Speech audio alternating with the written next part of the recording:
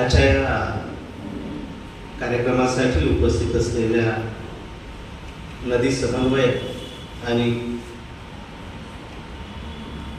खूप चांगल्या पद्धतीनं आणि मोठ्या प्रमाणावर कार्यरत असलेल्या या कामामध्ये डॉक्टर श्रीमती स्नेहा दोंदे मॅडम, या नदी समन्वयक आहेत हरीश पांडे सर, त्यांना असिस्ट करणारी ही जी मुलगी व्हिडिओ घेऊन उभी दिसते ती PhD करते आहे, ती मॅडम बरोबर काम करते आहे. मंजू, माझ्या सहकारी गावित मॅडम, या विद्यालयाच्या प्राचार्या, सर्व उपस्थित असलेले प्राचार्य, महिला पुरुष बंधू,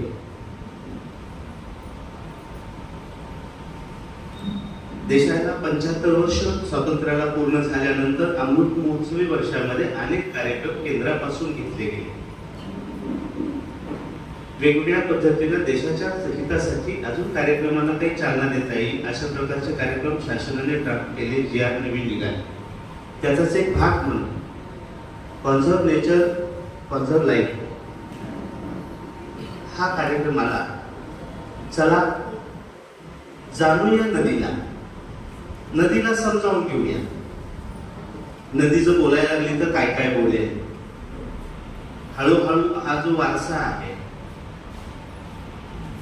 हे ज्या बाबी आहेत की ज्या तुम्हाला आम्हाला माहित होत्या, त्या हळूहळू मुलांपासून आता दूर झाल्या किंवा मुलं त्याच्यापासून आताच्या संस्कृतीमुळे दूर झाली, समाज व्यवस्था बदलली म्हणून. आणि म्हणून ह्या नदीला, फक्त नदीला जाणूया हा कार्यक्रम जो आहे त्याच्यामध्ये केवळ तुमच्या मुलांच्या स्पर्धा घ्यायच्या आणि सोडून द्यायचा असा नाही.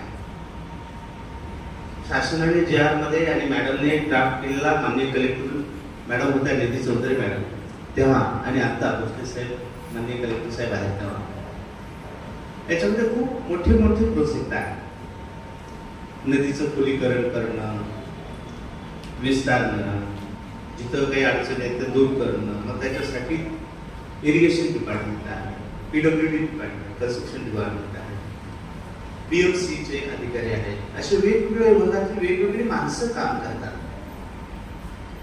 आपण तर ते करणार नाही कारण ते बजेट आहे आपल्याकडे, पण आपण जास्त संपत्ती असलेले, जास्त आपल्याकडे मॅनपॉवर असलेले आणि जास्त जिवंत झरा असलेला उत्साहाचा अशी मुलं तुमच्या माझ्याकडे आहेत. मॅडमला मी नम्रपणे सांगतो की माझा जो हा वेस्ट झोन आहे मुंबईमधला, BMC सोडला की मग 3 नंतर माझा मोठा भाग, माझी टीम चांगली आहे. आपल्याकडे 785 शाळा, 785 स्कूल्स आहेत आणि माझ्या मुलांची संख्या 5,26,000 आहे प्लस.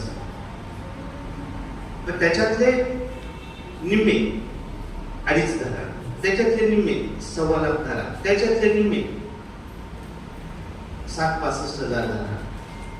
इथपर्यंत जरी मुलांमध्ये जाणीव झाली, निम्म्याच्या निम्मे, तरी आपला नोकरीमधला एक भाग आपण मुलांना पर्यावरणाची जाणीव करून दिली. मग पाणी वाचवण्यापासूनच आहे त्याचं काम. ज्या कार्यक्रम तुम्ही घेतले आणि आपल्या विभागात एक ऑनलाईन मीटिंग घेतली आपण, मॅडमने आपल्याला मार्गदर्शन केलं, तुम्ही कामाला सुरुवात केली, तुमचे मेल यायला लागले, तुमचे फोटोज यायला लागले आणि तुम्ही खाली विद्यार्थ्यांमध्ये चळवळ निर्माण केली, याची जाणीव आम्हाला सगळ्यांना झाली.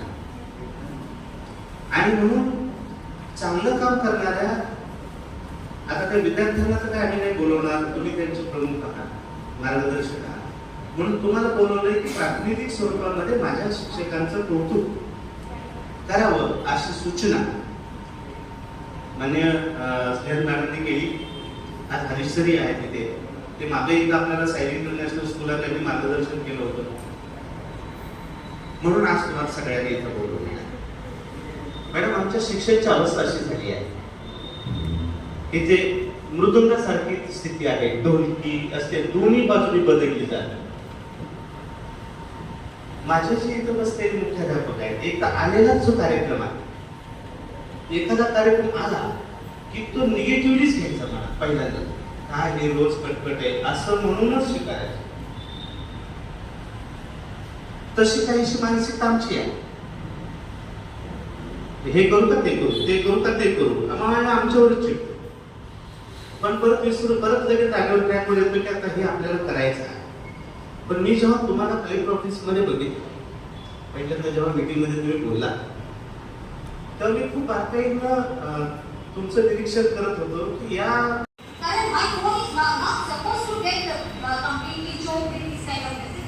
तुम्हाला समजणं गरजेचं आहे.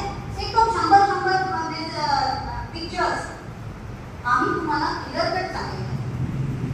तुम्ही जर PDF बनवलं, तुमच्या प्रोग्राम कशा आणि काय पिक्चर पाहून मी काय समजणार बाबा की तुम्ही काय कार्यक्रम केला, का केला आणि काय उद्देश आणि त्याच्यात तुम्ही काय बघायचं त्या पिक्चरमध्ये.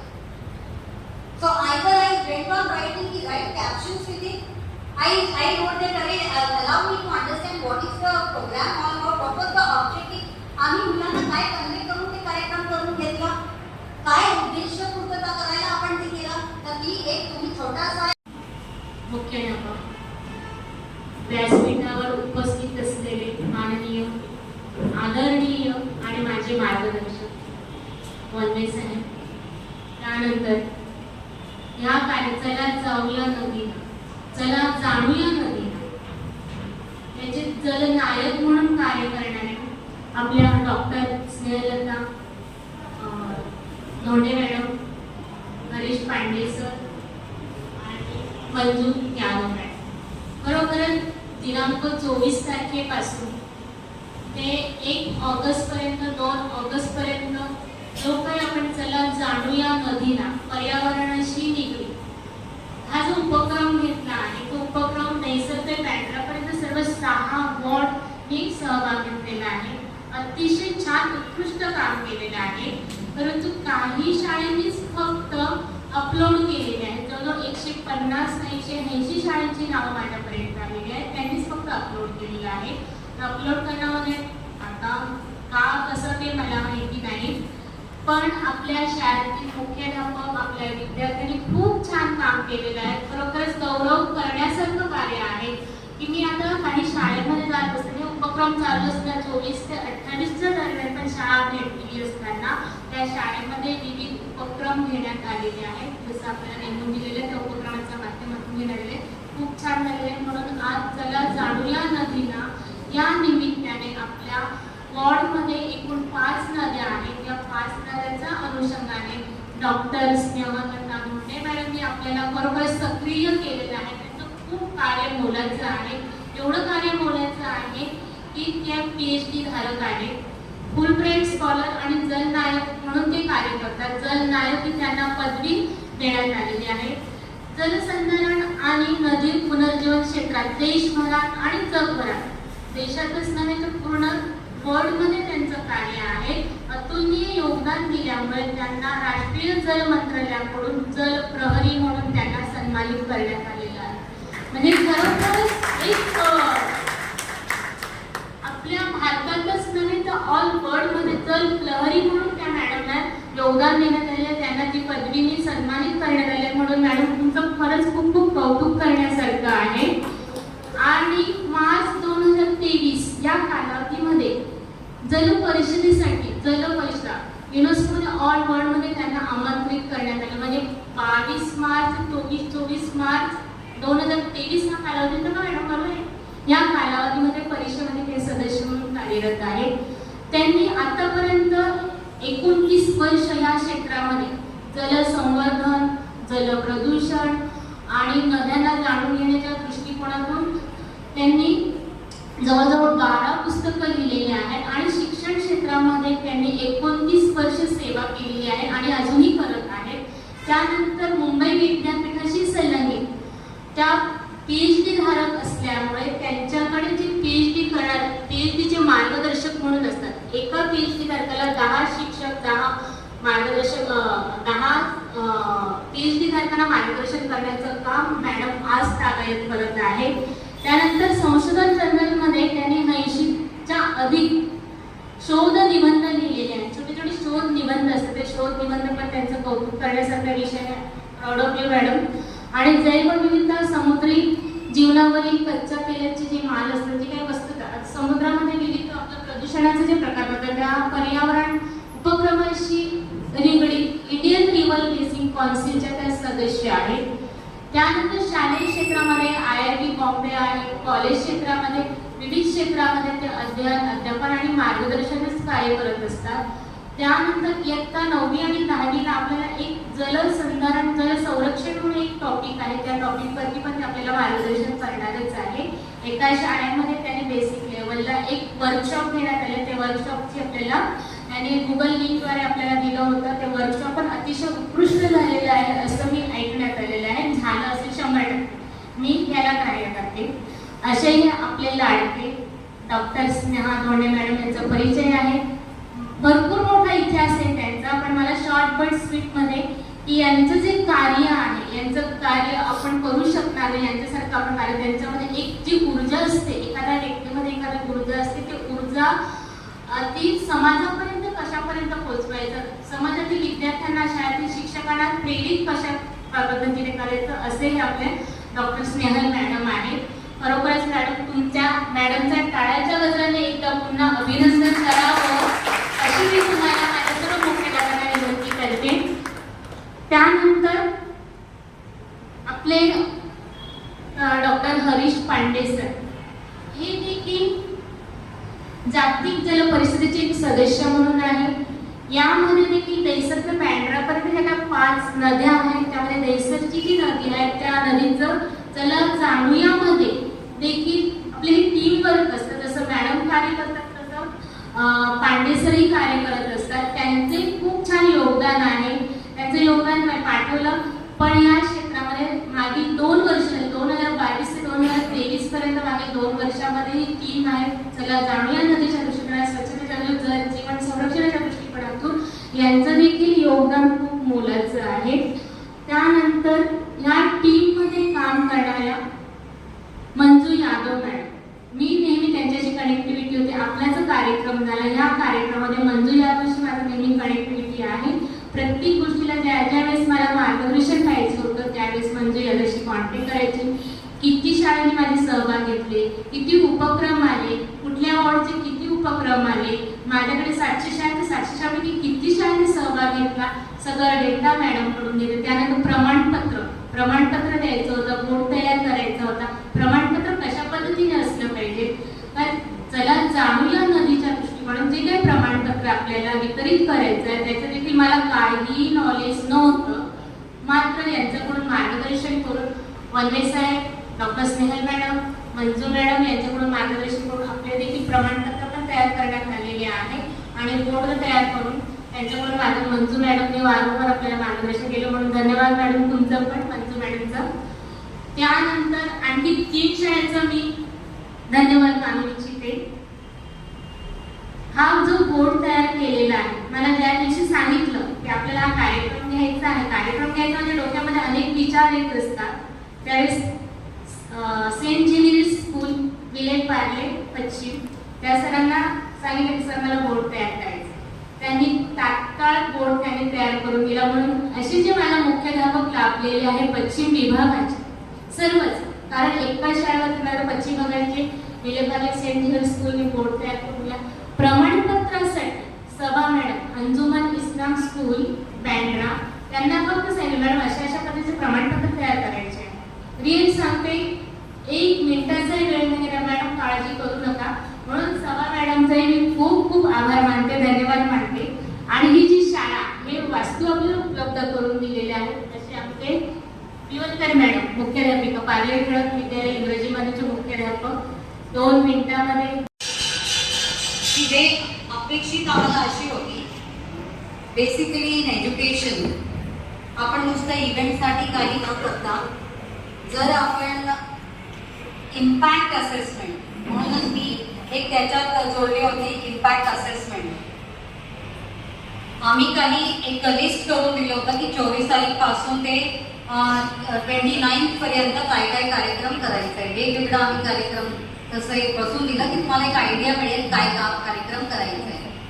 कारण जर आपण बघताय की नाव आहे चला जाणूया नदीला, पण त्याच्या खाली टॅगलाईन पण आम्ही लिहिलंय की आपल्याला जे काम करायचं आहे ते जल जंगल जमीन याची दुरुस्ती किंवा जे काही आज इश्यूज आहेत त्याची आयडेंटिफिकेशन आणि आपल्याला समजणं किती गरजेचं आहे कारण अजूनही जर आपल्याला नुसतं समजतं की पाणी इम्पॉर्टंट आहे, पण पाणीपेक्षा जास्त सॉइल इम्पॉर्टंट आहे, जमीन इम्पॉर्टंट आहे. माईकचा थोडासा हे होतं काहीतरी आवाज, जर माईकचा पुढे हे करायला असेल व्यवस्थित ते जरा बघा. तर हा समजणं आपल्या सगळ्यांना गरजेचं आहे आज, की किती इमर्जन्सी आहे सिच्युएशनचा. आणि इमर्जन्सी आहे म्हणूनच आता जसं मी त्या दिवशी पण सगळ्यांना मीटिंगमध्ये सांगत होते, मला वाटतं याच्यातनं काही कमी जणांनीच अटेंड केलं असणार. ओरिएंटेशन किती जणांनी अटेंड केलं होतं हात करा. ऑनलाईन ओरिएंटेशन जेव्हा झालं किती जणांनी, एकदम भर हात करा. हां, म्हणजे खूपच कमी. तर याच्यामुळेच काय झालं की ओरिएंटेशनमध्ये आपण येऊ शकले नाही किंवा जुळले नाही, म्हणून जे मार्गदर्शन दिलं गेलं त्याच्याप्रमाणे ते फॉलो झाला नाही कार्यक्रम. नाहीतर कार्यक्रमचा उद्देश एक दुसरा अजून कार्यक्रम, म्हणजे जसं आपण करतच जातो वर्षभर तसंच एक दुसरा काहीतरी कार्यक्रम होतोय असं समज करून आपण कार्यक्रम केला. पण आमचा उद्देश ते नाही. आता आपला उद्देश असा असायला पाहिजे, समजायला पाहिजे की प्रेझेंट कॉन्टेक्स्ट, आजचा इश्यू काय आहे हे समजणं खूप गरजेचं आहे. का अशा प्रकारच्या वॉटर सिक्युरिटी सारख्या सब्जेक्टला आपल्या सिलेबसमध्ये आणलं गेलं. 9th आणि 10th मध्ये 9th आणि 10th चे टीचर्स किती बसले खातर करा, पण हे घेणारे वॉटर सिक्युरिटीचा सब्जेक्ट घेणारे, वॉटर सिक्युरिटीचा सब्जेक्ट घेणारे किती बसले? एकदम सरळ हात वर केलं तर मला समजेल, सगळ्यांना समजेल. याच्या अर्थ 4च बसले आहेत, याच्यात 4-5च बसले आहेत. पण आता आपल्याला सगळ्यांना समजणं गरजेचं आहे की वॉटर सिक्युरिटीचा सब्जेक्ट नुसतं ज्या टीचरकडे ते शिकवण्याचं आहे त्यांच्याच आहे असं नाही आहे. आपल्याला सर्व जेवढे आपले सब्जेक्ट्स आहेत त्याच्यात आपण कसं पद्धतीने कनेक्टिव्हिटी देऊन आपण आज मुलांना जल जंगल जमीन या तिन्हीला कसं सुधारायचं, किंवा एन्व्हायरमेंटल इश्यूज, नेचर कॉन्झर्वेशन या कॉन्टेक्स्ट मध्ये आपण कसं शिकू शकतो हा आपल्याला आता विचार करणं गरजेचं आहे. का? कारण आता आपल्याला दिसते क्लायमेट चेंजच्या इश्यूज, ज्या पद्धतीने क्लायमेट चेंज होत चालले आहे. आता आपण पावसात बघितलं, ज्या दिवशी पाऊस येते एकदम धडाधड येते, फ्लडिंग होतो, पूर्णपणे नाश करून निघून जातो. आता रिसेंटली जो पाऊस आला, ऍक्च्युली मी ओडिसाला होती, प्राची नदीच्या कार्यक्रमाला गेली होती. तिकडनं मी हैदराबादला जस्ट पोहोचली, फ्लाईट घेऊन ओडिसामधून हैदराबादला पोहोचली की तिथे मला काही जे वेस्ट वॉटर मॅनेजमेंट किंवा वॉटर मॅनेजमेंटचं सगळं बघायला तिथे त्यांच्या गव्हर्नमेंटनी मला इन्व्हाइट केलं होतं. पण जसं मी तिथे लँड केलं मला सांगितलं गेलं की पूर्ण रेड अलर्ट आहे. आणि मला लगेच तिकडनं मग मुंबईची फ्लाईट घेऊन मी रात्री परत आली. मी खूपच म्हणजे मी भाग्यवान होती की तशी येऊ शकली. बाकी तिथे पूर्ण बंद झालं. तिथे ज्या गावात वारंगलच्या ज्या गावात 1-2 गावात असं पद्धतीने पाऊस झाला की पूर्ण गावच वाहून गेला. सगळे ॲनिमल्स, गाव पूर्ण सगळं एकदम वाहून गेलं. म्हणजे आज जो परिस्थिती आहे, एक मी तुम्हाला आता सांगितलं जीवित नदीच्या बद्दल की जीवित नदी काय आहे आणि जीवित नदी समजणं काय गरजेचं आहे. आता मी तुम्हाला दुसरा आस्पेक्ट सांगते. हा दोन्ही आपल्या रिलेटेड टू आपला पावसाचा रिलेटेडच, रेन सीझनचा रिलेटेडच आहे. आता ॲटमॉस्फेरिक रिव्हर हा जो प्रकरण झाला, हा ॲटमॉस्फेरिक रिव्हर म्हणता येईल. आता याला आपण फ्लड्स वगैरे म्हणत नाही. का ॲटमॉस्फेरिक रिव्हर? ज्या गावात अशा प्रकारचा पाऊस झाला आणि पूर्ण गावच वाहून गेला, त्या गावात कसल्याही प्रकारचं नदी नाही, ओढे नाही, काही नाही नसताना सुद्धा अचानक तिकडे पाण्याची एंट्री होते आणि पूर्ण एकदम वाहून जातो, म्हणजे जो क्लाउड बर्स्ट. ज्या पद्धतीने, आणि क्लाउड बर्स्टचा जेव्हा ते थोडासा रिसर्च मध्ये काय समजते की तिथे आजूबाजूचा 50 किलोमीटरच्या पेरिफेरीमध्ये हे सगळं सगळ्यांसाठी खूप इम्पॉर्टंट आहे. भलेही तो कॉमर्सचा टीचर असू दे, लँग्वेजचा असू द्या, मॅथ्सचा असू द्या, हिस्ट्री असू द्या, सोशलॉजी असू द्या, कुठलाही टीचरनी त्यांच्या स्वतःच्या कनेक्टिव्हिटीमध्ये आता जे मी सगळं सांगते हे समजणं गरजेचं आणि मुलांना तसं शिकवणं गरजेचं. तर हा जो पेरिफेरीमध्ये समजलं की तिथे खूप सारे पॉवर प्लांट्स आहेत, न्यूक्लिअर पॉवर प्लांट्स. म्हणजे ते जी ॲश त्याच्यातनं जे ॲटमॉस्फिअरमध्ये असतात, डस्ट आणि एअरचं जेव्हा कॉम्बिनेशनमध्ये मी जेव्हा वर जाते, क्लाउड्स खूप मोठा क्लाउड्स होतो आणि एकच सेंट्रलला असं खूप जोरात म्हणजे पाऊस एकदमच येते धडाधड. त्या दिवशी 65 mm पाणी 3 तासात एकच ठिकाणी पडतं. एवढा जास्त पाऊस एक दिवसात पण होत नाही. तरीही एक दिवसात 3 तासात एवढा पाऊस आला की पूर्ण वाहून गेला. याच्या अगोदर पण आपण बरेच असे प्रकारचे एक्झाम्पल्स पाहिले, केदारनाथ, बद्रीनाथ वगैरे सगळे आपण असा प्रकारचा हे वारंवार होत चाललाय. आधी असं प्रकारचा जो इश्यू होता हे काही असे वेस्टर्न कंट्रीजमध्ये किंवा असं वेगवेगळ्या ठिकाणी तिथे दिसत होता. आपल्या भारत देशात असं नव्हतं. आता आपल्या पुस्तकात आपण मुलांना शिकवतो की चेरापुंजीमध्ये वर्षभर पाऊस होते, दुसरीकडे नाही. आता तसा प्रकार काही राहिला नाहीये. म्हणून आपल्या सगळ्यांना वेगवेगळ्या प्रकारे शिकवणं गरजेचं आहे आणि प्रेझेंट कॉन्टेक्स्ट आणि आपल्याला ग्लोबल विचार, नॅशनल इन्फॉर्मेशन पण लोकल आपल्याला काय शिकवणं आहे, काय समजणं गरजेचं आहे, त्या पद्धतीने आपल्याला शिकवायला पाहिजे. आपल्या वॉटर सिक्युरिटीचा जर आपण सब्जेक्ट बघितलं, त्यात सगळ्या दुनियाभरचा त्यांनी वेगवेगळ्या ठिकाणचा दाखवलाय. काय वॉटर कॉन्झर्वेशनचा मेथड आहे, कसल्या प्रकारचे नदी आहे, कशी प्रकारचे तलाव आहे, लेक आहे, हे आहे, ते आहे, हिना आहे, त्यांना आहे, सगळं दाखवलं. मुंबईबद्दल एक शब्द नाहीये. मुंबईच्या कसल्याही प्रकारच्या त्याच्यात मेन्शन नाहीये, कारण कोणालाही मुंबईच्या नदी कुठल्या माहीतच नाहीये. कारण सर्व जी आपली नदी आहे त्याला नालामध्ये कन्वर्ट केलं गेलं. का कन्वर्ट केलं गेलं? त्यांच्या म्हणणे पूर येते, तर पूर पासून आपल्या सुरक्षेसाठी त्यांनी काय केलं, नदीवरच प्रोटेक्शन वॉल नावाखाली आपल्या नदीमध्ये त्यांनी ते वॉल बांधून टाकलं.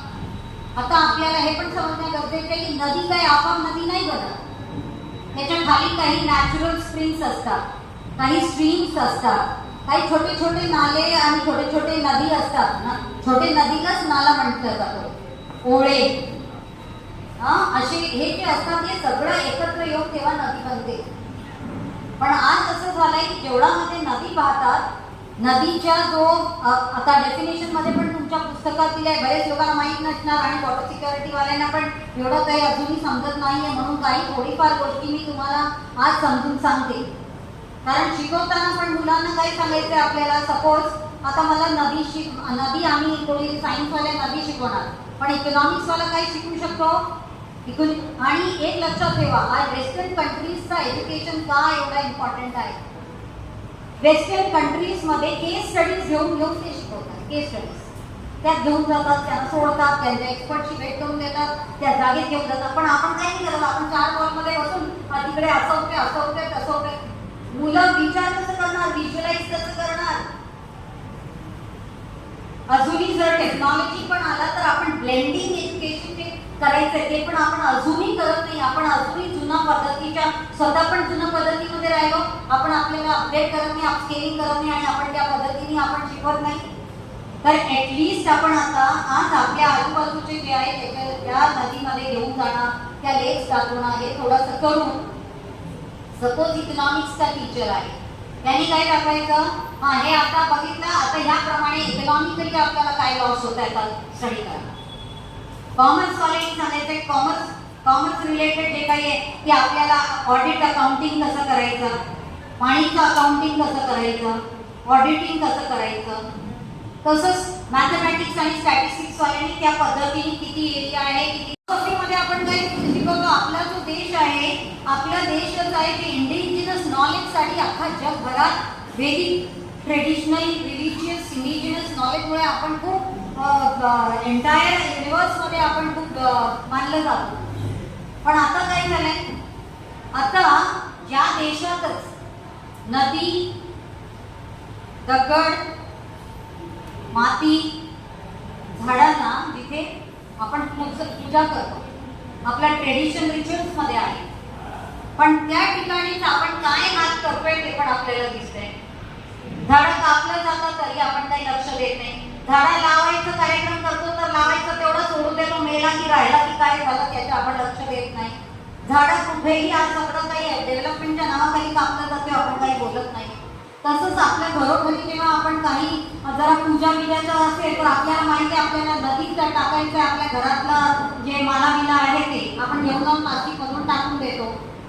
पण आज जर काळाची गरज आहे की तसं आपल्याला त्या नदीमध्ये घालून चालणार नाही कारण प्लास्टिक जाते किंवा अशा प्रकारचं आपण टाकू नये कारण ऑलरेडी ती दूषित झालेली आहे. ज्या देशात नदीला मानला जातो त्या देशातच आपला मलमूत्र पण त्याच्यातच सोडलं जातोय.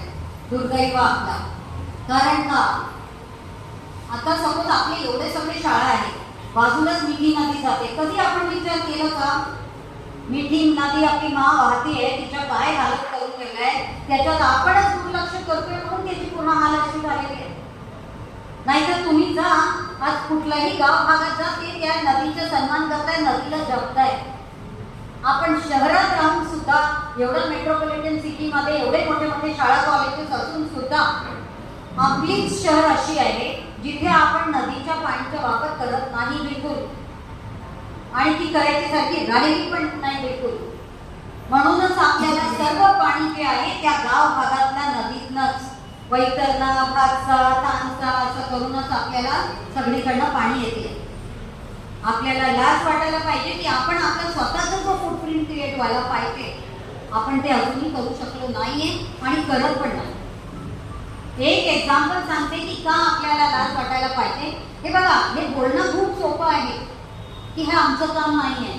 आता बीएमसी वाल्याचं काम आहे पाणी देण्याचा. काल मी त्या मीटिंग मध्ये मुलांचा विचार होतो की तुमचं पाणी का सांगितलं बीएमसी देत आहे. आता आपल्या वेळेला जर सांगितलं तर आपण म्हटलं तर नदी देते कारण आपल्याला नदीकडे मिळालेलं पाणी अल्टिमेटली. पण त्यांनी विचार करून करून पण त्यांच्या विचारात येऊ शकला नाही की आपल्या नदीतनं मग बीएमसी आणि बीएमसी आपल्याला, त्यांना पण माहित नाही बीएमसी पण कुठून आणते आणि आपल्याला बीएमसीला मिळतं तेवढंच नाही. पण आपण पण कधी प्रयत्न केला नाही की आपल्या का आपण नदीचं पाणी आपण यूज करत नाही आणि का आपल्याकडे नुसतं बोरवेल्स आहे आणि बोरवेल्सला पण तुम्हाला माहिती आहे का बोरवेल्स मध्ये पण पाणी साचायला किती वर्ष लागते, हजार वर्ष लागते. पण आपण आज नुसतं उपसा करत चाललोय, डिस्चार्ज करतोय, रिचार्ज बद्दल कोणी विचार करत नाहीये. तर काय होणार शेवटी, ती पण संपणार. आणि दुसरं आहे की जिथून आपल्याला पाणी मिळते पुढे जाऊन तिकडचे लोक पण म्हणणार आम्ही देणारच नाही, ते फोडून टाकतात, ते म्हणणार आमचं पाणी आमच्याकडे. कारण आता ही परिस्थिती सगळीकडे होत चालली. जगभरात फोर्स मायग्रेशन चालू आहे.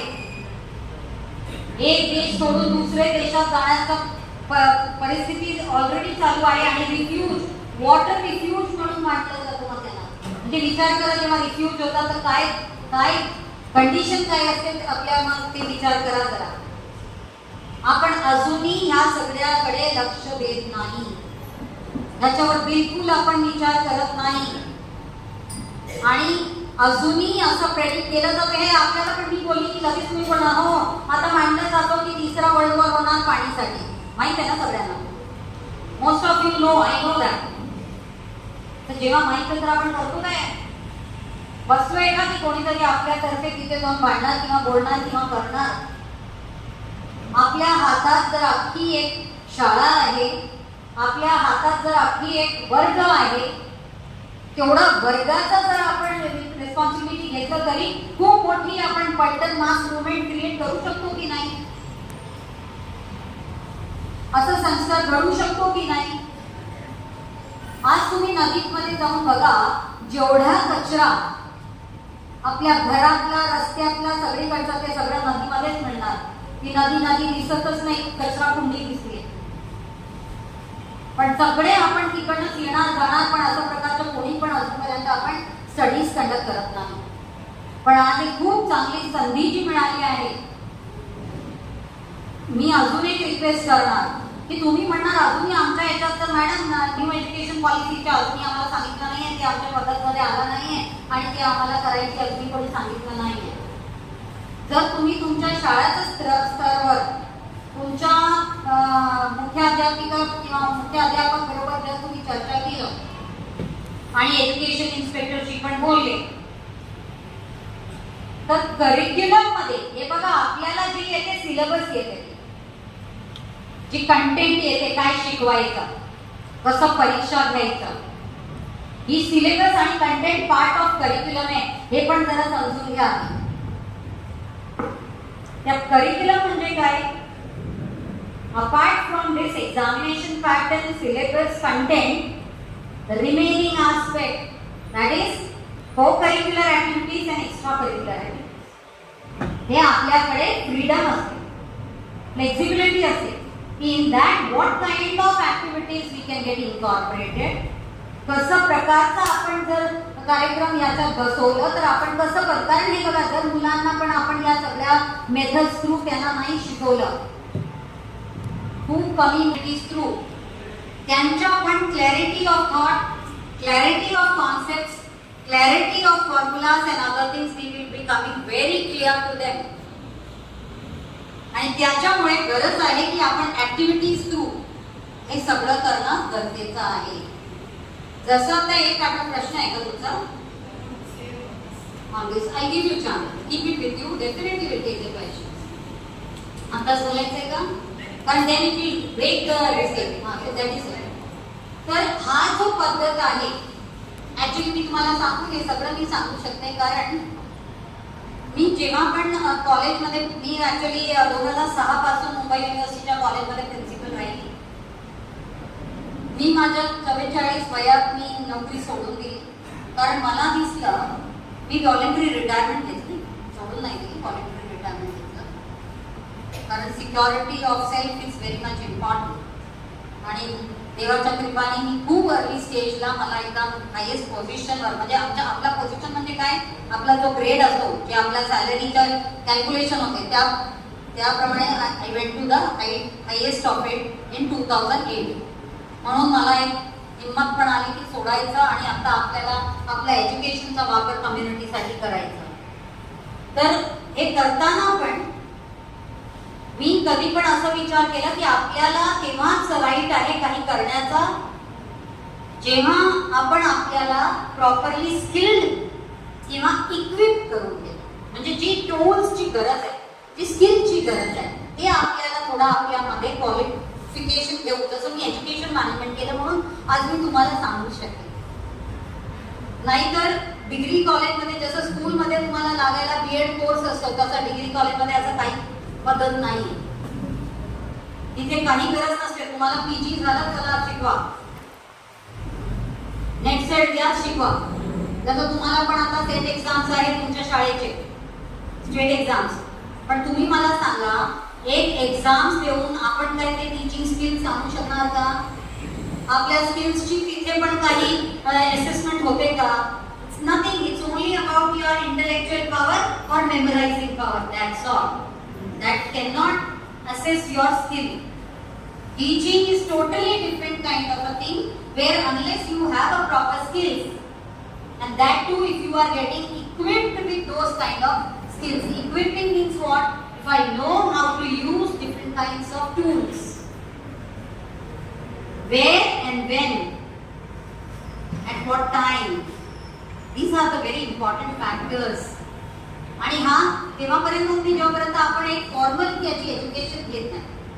म्हणूनच आज मी तुमच्या समोर उभं राहायचं पण मी हिंमत करू शकते.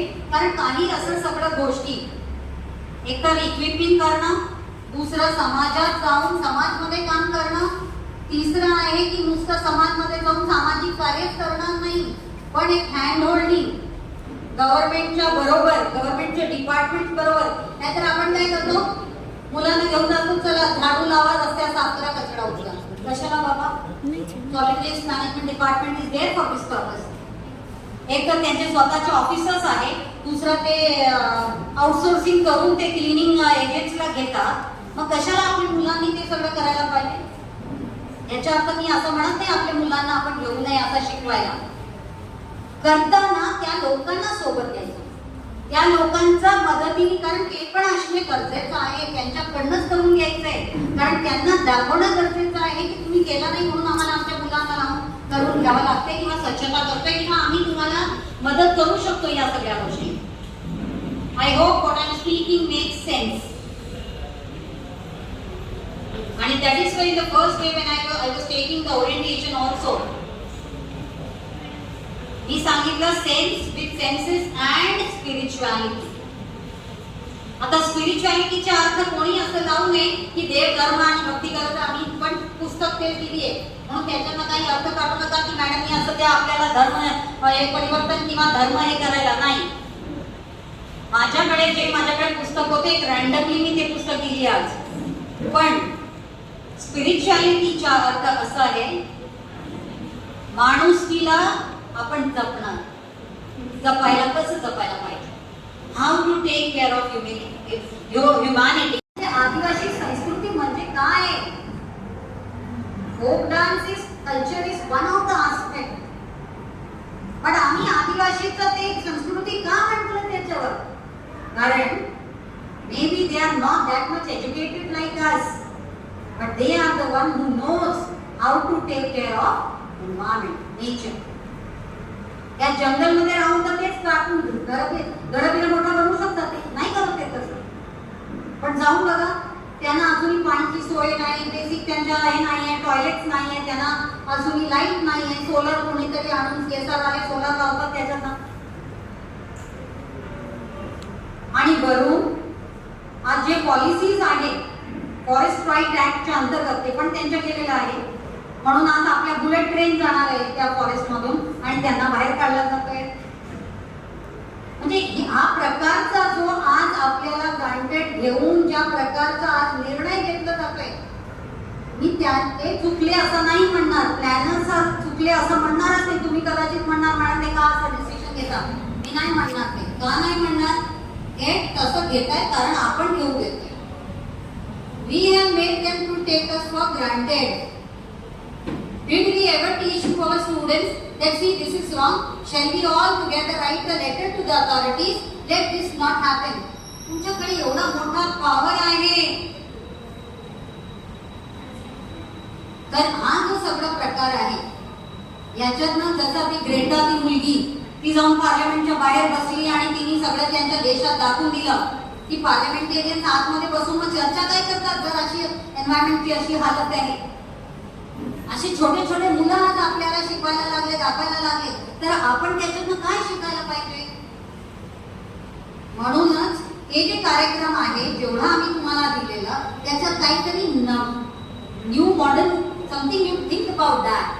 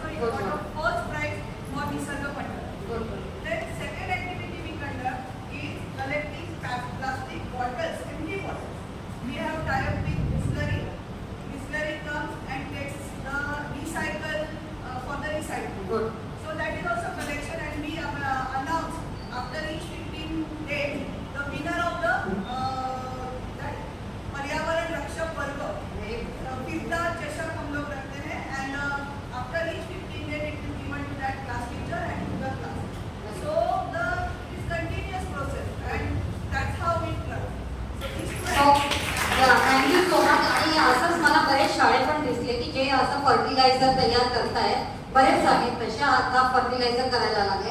मी बरं झालं तुम्ही आठवण करून दिलं मला आता सगळ्यांना अजून एक आग्रह आहे की सगळ्यांनी आपापल्या शाळांमध्ये मुलांना घरी एक सेपरेट पिशवी जसं आपल्याकडे एक रॅक असते पेपरचा तसंच एक प्लास्टिकचा करा पिशवी. त्यात त्यांनी आठवड्यात सर्व प्लास्टिकचे पण ते ब्रश असू द्या की मग असू द्या की ग्लास असू द्या की काही त्यांनी त्या पिशवीमध्ये भरून आणायचं आहे. तुम्ही तुमच्या शाळेत ठेवू शकता.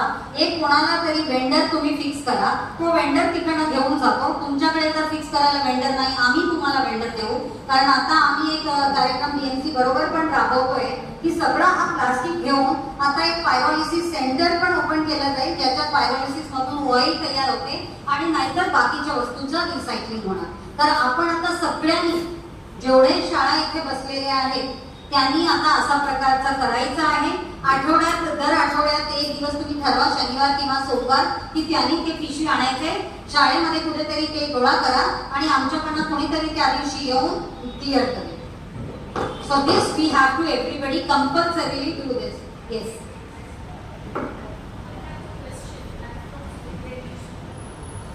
वहाँ पे उनको माइक दे देगा क्या?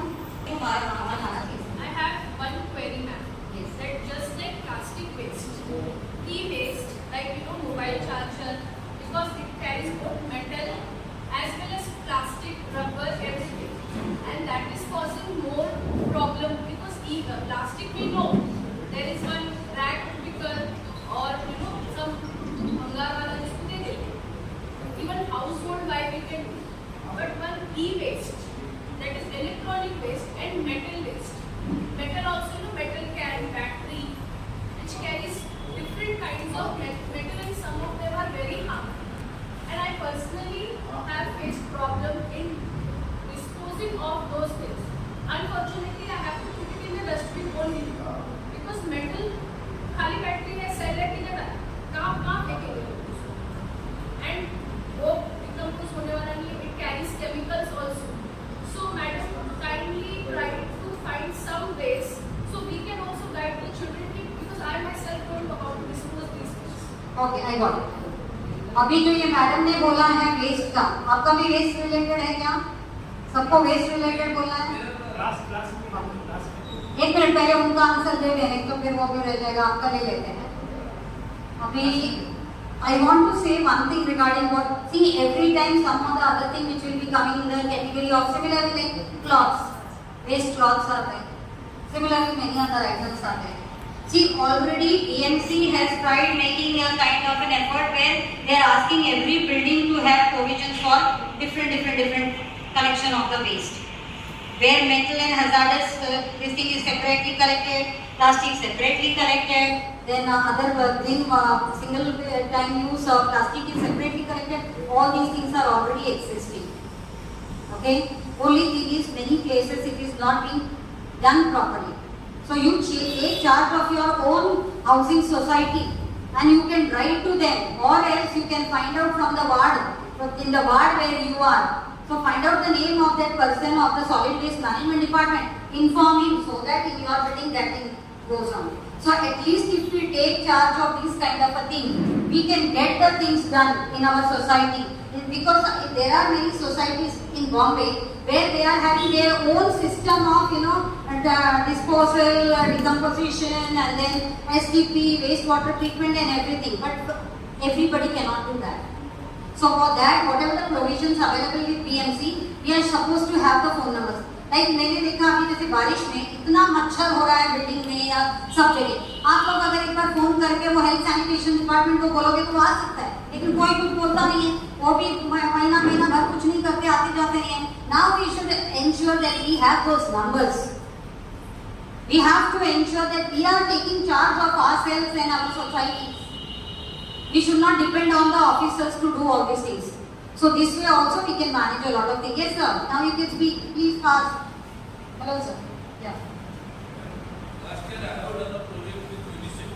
You wait with UNICEF. With UNICEF.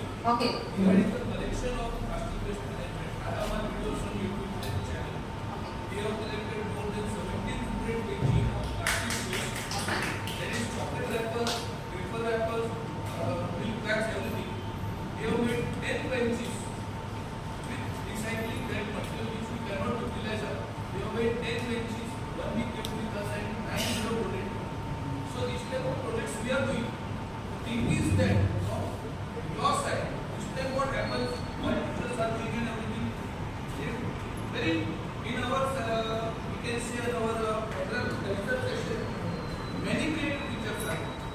But this time, there is a maybe we can say gap of communication or lack of time. So they cannot give their Sorry. Please, I will not take this at all. Please sit down. There should not be any opportunity for any excuses. This is what we have learned ever. Now, just a minute, sir. I disagree with the fact that if you say that it was late or whatever it is, we never expected 100% result from anybody. Even if it would have been 1%, if you have done it perfectly, we don't mind. Even if you have got to do a small aspect of it, did I say right now that all the things are required? No. We never expected that. You only thought. We never thought. In fact, anybody who asked, we said you take your own flexibility to complete. It is flexibility of the school. Yes, one more thing I would like to question you, sir. You just now said that you did so big of the UNICEF program. Can you tell me in how many schools in your vicinity did you spread this and did you could get this work done from them? In how many schools of this zone, this red zone? We have not given it school. We are तुम्ही एवढा विचार करा की आणि मी जर 50 घालतोय, दुसरा कोणी पण असं करत असेल, मॅडमची काय वाट लागत असेल?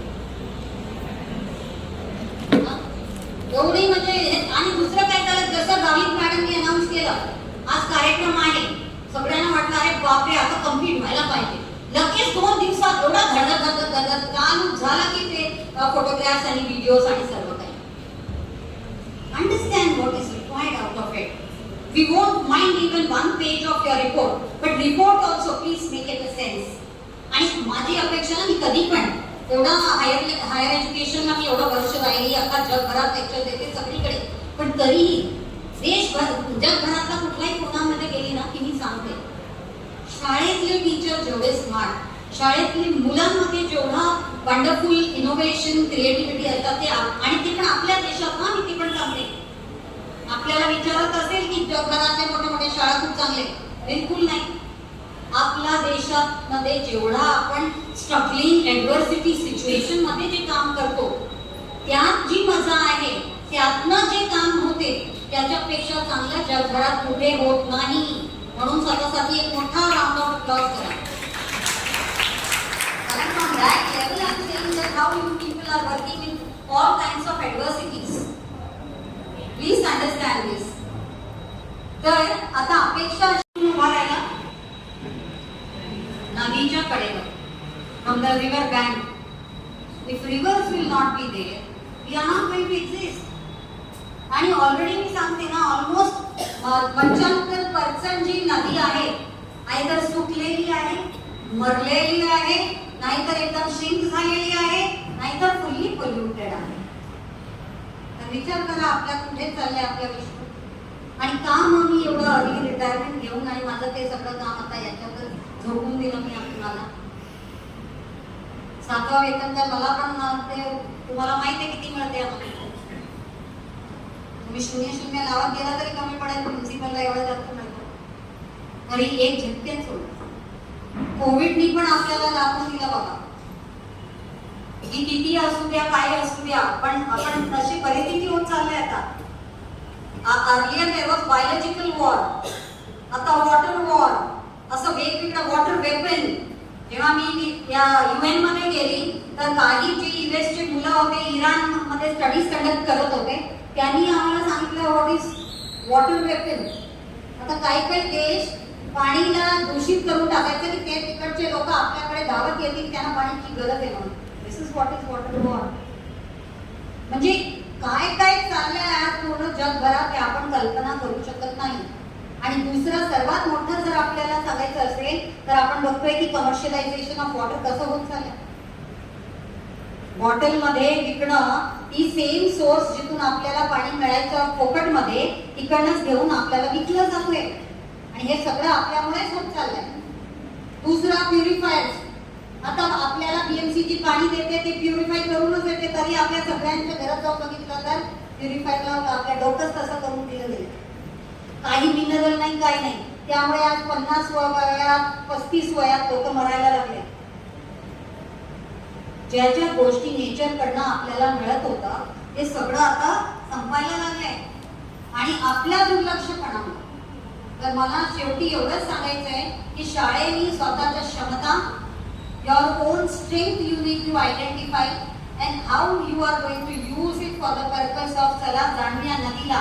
जाणूया नदीलाचा अर्थ फक्त नदी नाहीये, नदी, रिव्हर बेसिन, पूर्ण जे वॉटरशेड, कॅचमेंट एरिया, त्यात सर्व आला. जल, जंगल, जमीन, नाला, घर, आपण सगळे, जनावर सगळे आले. त्यामुळे चला जाणूया नदीला, कारण नदी थ्रू जी संस्कृती उभं राहील.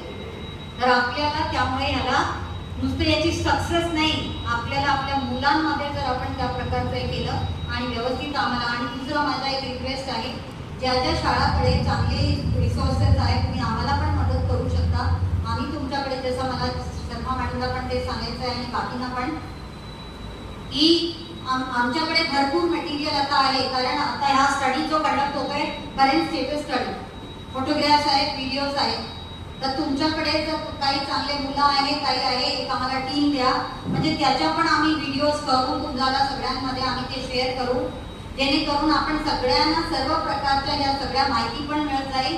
आणि आपल्या जो स्टेटसाठी हे सगळं क्रिएट केलं जातोय, महाराष्ट्र स्टेटचा हा उपक्रम आहे, तर या रेकॉर्डसाठी क्रिएट केलं जातोय, तर त्यात आम्हाला पण थोडंसं मदत मिळेल. कारण हा एक खूप रोबस्ट टास्क आहे, याच्यात खूप लोकांची गरज आहे काम करण्याची. तर एवढं बोलून आता मी थांबते. करायचं अगोदर तुम्ही पण मला एक्सेप्ट करणार की ज्या पद्धतीने नवनाथ वनवेजींचा जो डायनामिझम आहे, त्याच्यामुळे जी पॉझिटिव्हिटी आहे. कारण मी पण ज्या दिवशी आमची पहिली मीटिंग 18 नोव्हेंबर 2022 झाला, त्या पूर्ण मीटिंगला बसले, त्यांनी समजलं आणि जेवढी पॉझिटिव्ह एनर्जीनी त्यांनी आम्हाला एक पूर्ण सहकार्य केलं या कार्यक्रम राबवायला. फक्त राबवायलाच नाही, एन्श्युअर करायला की ते व्यवस्थित होतोय. मला वाटतं त्यांच्या सर्वप्रथम आपण एक थोडासा त्यांचा सत्कार करणं गरजेचं आहे. चला जाणूया नदीला तर्फे.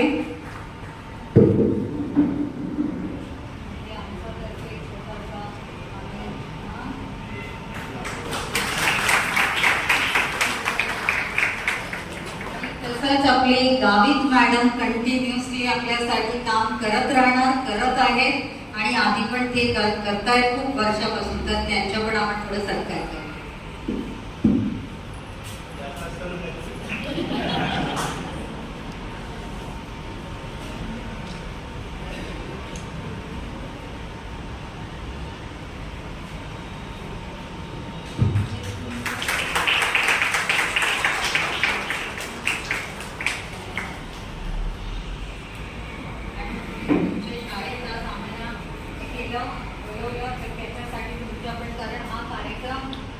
करणं पण किती अवघड आहे ते मला माहिती आहे. तर त्याच्यासाठी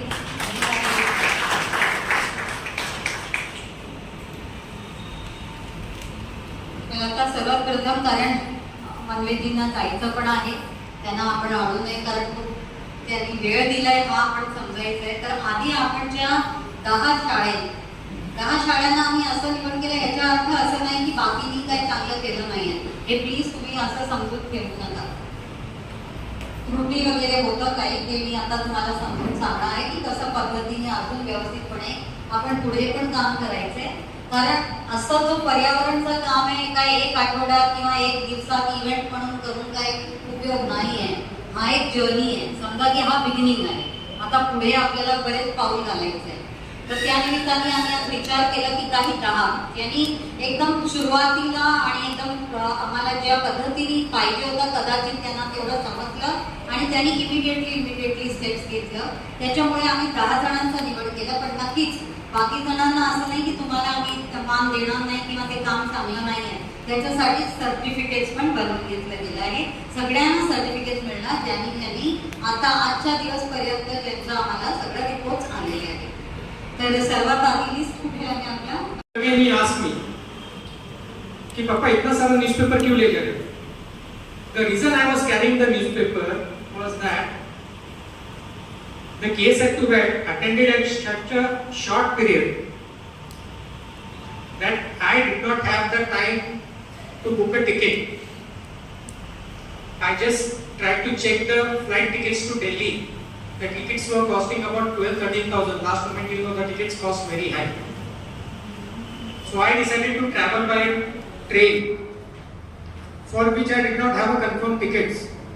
So the newspaper was that in case I don't get a seat, somewhere on the floor, I put the newspaper and I sit down. See how God takes care of you. When I was sitting on the floor of the train, had another colleague with me. Both of us were sitting on the floor of the train. One of the pantry boys, he came and he told me, "अरे sir आप नीचे क्यों बैठे?" I told him, "मेरे pass ticket है लेकिन it's not a confirmed ticket." नहीं आप चलो मेरे साथ. He took me to the pantry and I traveled to Delhi in pantry comfortably. So that's the way of God taking care of your good intentions or your good deeds. Whatever actions you do today are going to teach a lot of things which the books are not going to teach. You can teach them ABCD, you can teach them 2 plus 2 is 4. But your behavior pattern is something that is not written in the books. And the outcome of my 20 years of social work, the case that I was going to in the Supreme Court was in Dahisar. There were 425 acres of forest land, mangrove forest along the creek of Dahisar. This entire 425 acres of land with some corrupt government and other officials, a builder had captured and he had started destroying the 425 acres of mangroves. So single-handedly, I initiated the fight against the developer. I had a very bad time during those cases, litigations being filed. Later on, citizens of Borivali, Dahisar, they realized, they joined in. Eventually, we filed a case at the district collector, sessions court, high court, and eventually the builder dragged us to the Supreme Court. The outcome is that the Supreme Court passed an order wherein at least for the next 15 years, those 425 acres of mangroves is protected. Now, if I say 425 acres, you can understand what 425 acres is. Up to the horizon, you can see only forest, mangroves forest. The entire land, which was mangroves were almost totally chopped off, is now just because it is left undisturbed, has grown into 20, 25, 30 feet tall mangroves. Now this is giving us free oxygen. In case of a high tide, in case of a tsunami, they become a layer to protect us. The biodiversity, the aquatic life over there is very high, which again is attracting a lot of birds.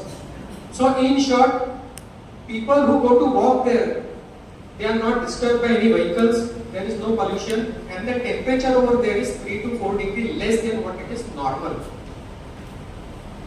It took us almost 3 to 5 years with a lot of litigation and cases being filed even against us. You know what builders are capable of. The outcome of all these actions is something that a child sees. Today my son is become an advocate. After 2 years of practice, in the month of June he came and says that I want to work for an NGO. I said fine, it's very good that you want to work for an NGO, but NGOs will not pay you.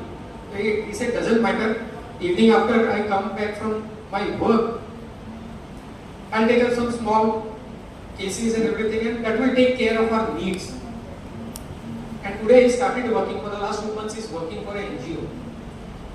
आपका behaviour pattern school के बच्चे बहुत easily देख लेते हैं, समझ लेते हैं, और जो उनको नहीं समझना चाहिए जो वो भी वो समझ लेते हैं, आपको पता नहीं चलता. So whatever job you are doing, hats off to you, you are doing a great job, an excellent job.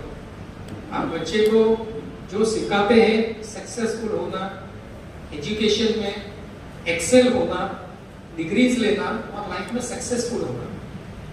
लेकिन कल अगर आपके यही बच्चे किसी कंपनी में सीएफओ होंगे, सीईओ होंगे, सीईओ होंगे, लेकिन यही बच्चे अगर उसके पास पीने के लिए पानी नहीं होगा,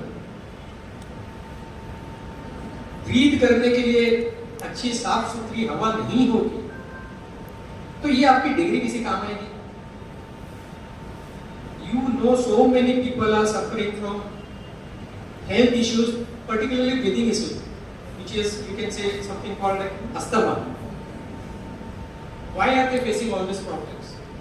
Pollution from vehicles, pollution from industry, water pollution, ये सब चीज सिर्फ एक डिग्री रोक नहीं सकती है, ये सब चीज रोकने के लिए उसे एक ऐसी चीज चाहिए जो फ्री में मिलती है, which is called common sense.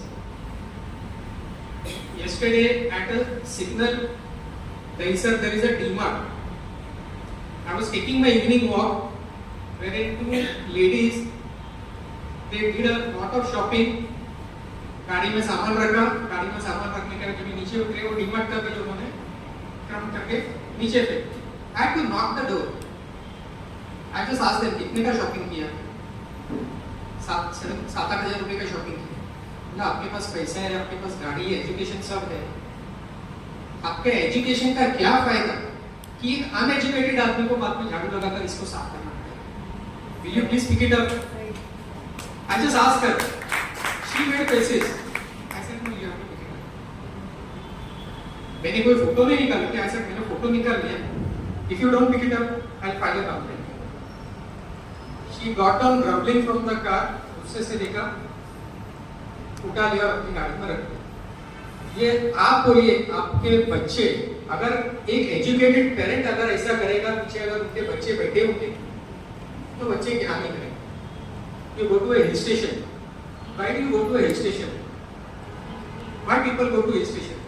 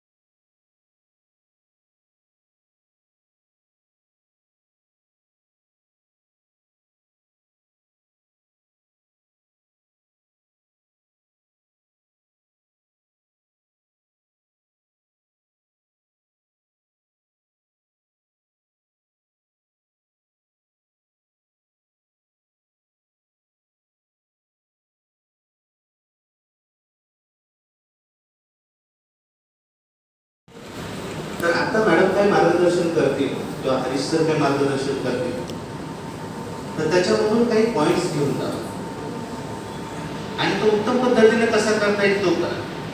आता असं आहे का की एकच कार्यक्रम तुम्हाला दिला आणि तेवढ्यावरच एफर्ट्स घ्या असं म्हणलं, असं अजिबात नाही. हा एक कार्यक्रम आहे तसा स्वच्छता मॉनिटर लेटेस्ट चेंज हा एक कार्यक्रम आहे की ज्याचं रोहित आर्या म्हणून जे राज्याचे कोऑर्डिनेटर आहेत, तो शासनाने दिला कार्यक्रमाचा GR काढून. या सगळ्याचा उद्देश आहे की मुलांमध्ये जागृती व्हावी, मुलांमध्ये अवेअरनेस यावा, त्याच्यामध्ये मुलाला स्वच्छता करण्याचा अवेअरनेस यावा, मुलाला ते पटावं, अंगीकारावं, त्याची ती हॅबिट बनावी. हा कार्यक्रम आहे. पुढचा एक मोठी अजून मीटिंग घेतली ज्याच्यामध्ये रोहित आर्या सर येतील. आज त्यांना पुण्यामध्ये पुणे जिल्ह्याची बैठक असल्यामुळे तिथल्या मुख्याध्यापकांना मार्गदर्शन करण्यासाठी ते गेले डिस्ट्रिक्टवर. तर ते नसताना त्यांच्या विषयावर मी जास्त अधिक बोलून नको तिकडे दिशा नको दाखवाय, मात्र त्यांना बोलून आपण लवकरच एक आठवडाभरात लेटेस्ट चेंज हा कार्यक्रम घेणार आहोत. संच मान्यता त्याच्याबरोबर आहे. आता शासनाने असं केलंय की तुम्ही जेवढे आधार कार्ड केले व्हॅलिड तेवढेच विद्यालयाचे संच मान्यता देऊन टाकायचे. 70% तर 70%, 75% तर 75%. हा ना, शासनाच्या सुद्धा लक्षात आलं की मुख्याध्यापक किती बुद्धिमान आहे. जर कुणी निगेटिव्ह असेल तर मला तुम्हाला विचार हा तुम्ही करू नका, पण तुमच्या कार्यक्रमात सुधारणा करा. हा कार्यक्रम केवळ चांगलं काम केले म्हणून कौतुक करण्याचा नाही, ज्याचं काम कमी त्याचा वाढवण्याचा. मुलांमध्ये तेवढी जागृती झाली पाहिजे. तुमच्या माझ्या दृष्टीने एक छोटा कार्यक्रम आहे, त्या मुलाच्या लाईफ मधला एक महत्वाचा कार्यक्रम. त्याला एक वेगवेगळी माहिती मिळाली, त्याला एकदा एक चांगला तुम्ही संदेश दिला, त्याने एक निबंध लिहिला, त्याने एक चार्ट केला, त्याने उपक्रमात भाग घेतला, त्याने एखादं पथनाट्य केलं, त्याने त्याच्या आयुष्यात तो कायम लक्षात ठेवतो. त्याच्या आईबाबाच्या घरी खूप असतं त्याचं कौतुक. आपल्याला कसं नेहमीच येतो मग पावसाळा, तर 30 वर्ष, 38 वर्ष, 28 वर्ष, 32 वर्ष, 25 वर्ष सर्व झाले, सारखी ही मुलं येतात, ती मुलं येतात, काय असं कदाचित निगेटिव्ह माइंड होतं तयार, पण तसं होत चालणार नाही. सध्या या कार्यक्रमामध्ये तुझे माझे अजून सहकारी मित्र या कार्यक्रमामध्ये खूप लांबून बघतायत, ते या कार्यक्रमामध्ये आले पाहिजे. आणि एका चांगलं करताना कोण दुसरा करत नाही याच्याकडे बघू नका, कोण चांगलं करतंय त्याच्याकडे बघा. तुमचे मित्र सगळ्याच विभागात असतील ना, ते बघू नका, आपण पॉझिटिव्ह होऊ. आपल्या मुलांना कसं जागरूक करता येईल, चांगलं कसं करता येईल. जसं तर गावी पाटीलने सांगितलं की माझ्या मुख्याध्यापकांनी यांनी हे केलं, त्यांनी ते केलं.